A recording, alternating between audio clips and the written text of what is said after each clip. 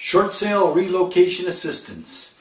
Looking for short sale information? You've come to the right place. Mike Wrigley, certified default advocate, distressed property expert, and your short sale specialist here. Thanks for joining us. Today, let's talk about short sale relocation assistance. There are a number of programs out there that you may or may not qualify for. It really comes down to who services the loans, if you live in the property or not, and who owns the note, who's the end investor. Let's start with HAFA, the short sale extension of the federal HAMP program. Under HAFA, you may qualify for up to $3,000 in relocation assistance if your loan is not owned by Fannie Mae, Freddie Mac, FHA, or VA, and the investor holding the note participates in HAFA.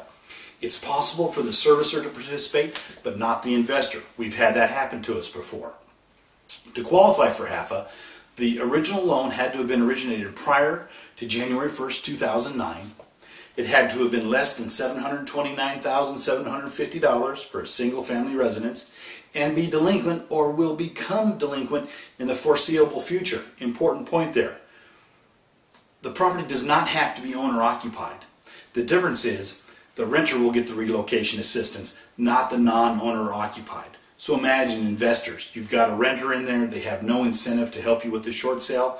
Under HAFA, you can offer them $3,000 relocation assistance to cooperate with your short sale. Real key item there. If you've got a Fannie Mae backed loan, their version of HAFA is still $3,000 for relocation. However, the property must be owner occupied. You must be 31 days or more delinquent at close of escrow, and you cannot have cash reserves equal to 3 times the principal, interest, tax, and insurance, including homeowners association dues, or $5,000 in the bank, whichever is greater. Your first mortgage monthly payment must be more than 31% of the borrower's gross monthly income. The Freddie Mac program, assistance program, is the same as Fannie, except there is no cash reserve clause, and you must apply before you get an offer on the property. If you already have an offer on the property, you are not going to qualify for the Freddie Mac version of HAFA. But you still get into a traditional short sale, which is important. The FHA program is one all to itself. It's slightly different again.